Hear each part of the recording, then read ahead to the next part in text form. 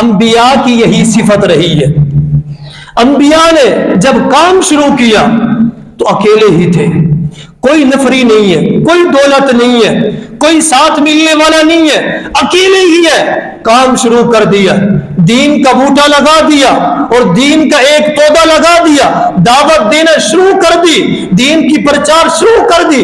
اللہ تعالیٰ نے پھر کیسے دین کو آج کے ہر ایک گھر کے اندر دین اسلام کی دعوت پھیلتی جا رہی ہے۔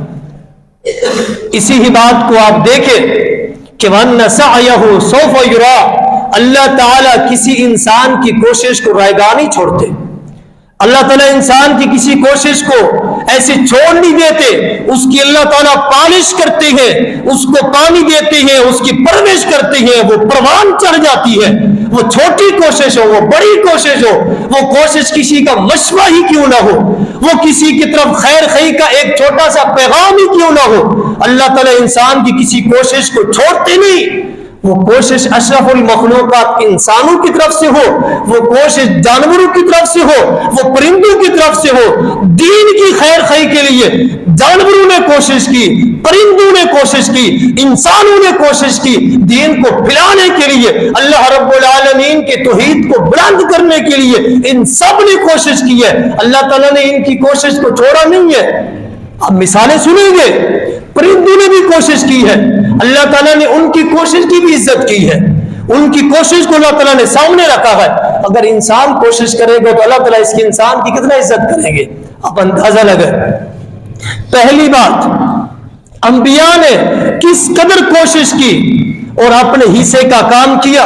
اللہ رب العالمین نے کیسے، کوئی سبب نہیں ہے، کوئی سہارا نہیں ہے، کوئی دولت نہیں ہے، دور تک بندے نظر ہی نہیں آ رہے، لیکن اللہ تعالیٰ کا حکم تھا آپ یہ عمل کریں، دنیا تک یہ بات پہنچا دینا میرے رب کا کام ہے، اللہ رب العالمین کا کام ہے، وہ مسبب الاسباب ہے۔ اب مثالوں کی طرف غور کریں، اپنے حصے کا آپ کام کر جائیں، آگے اللہ رب العالمین ہی بہتر کرے گا۔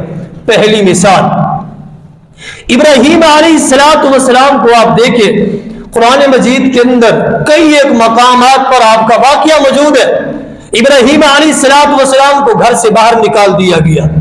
اب جب گھر سے باہر نکلے، کہہ سکتے تھے دین کی دعوت کو چھوڑ دیتے ہیں، گھر سے بے گھر ہو گئے، نہیں، دین کی دعوت پھر بھی دے رہے ہیں، چھوڑا نہیں۔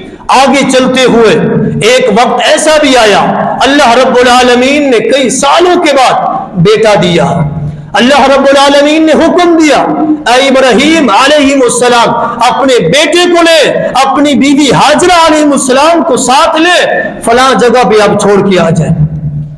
لے کے چلے گئے، چھوڑ دیا، واپس آ کے دعا کر رہے ہیں، دعا کر رہے ہیں اللہ ان کے لیے حرم بنا دے اور ان کے لیے مسکن بنا دے۔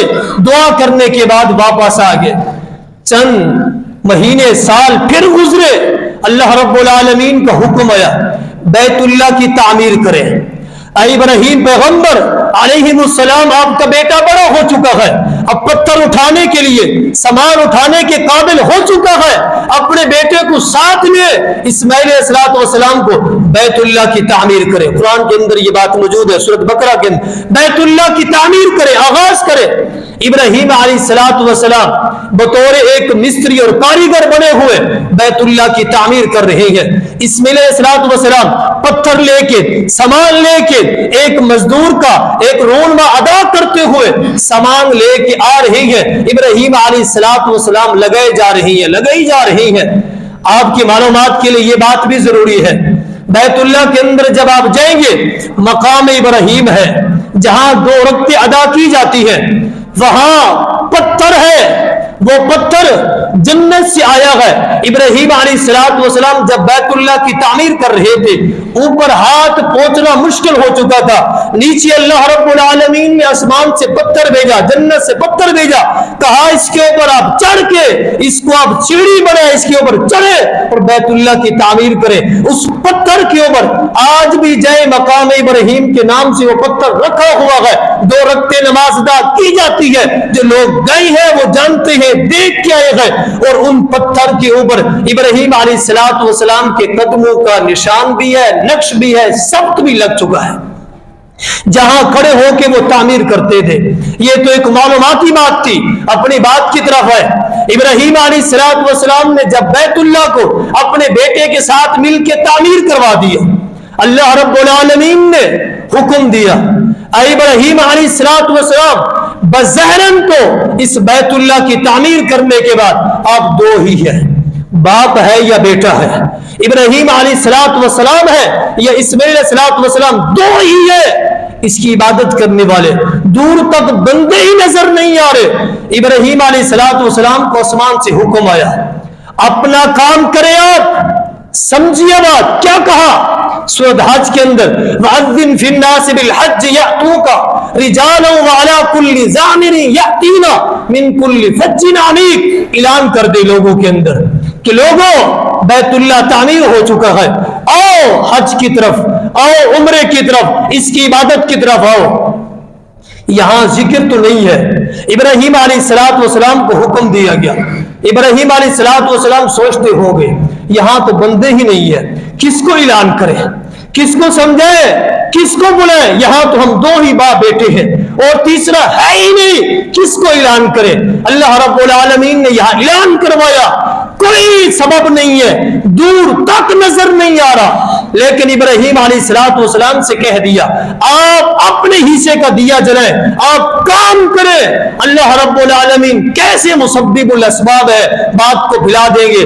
آج جیسی ہی اور جیسے کیا بیت اللہ کا طواف اور اس کی عبادت دور تک چلی جا رہی ہے, سوائے نماز کے بیت اللہ کا طواف چل ہی رہا ہے.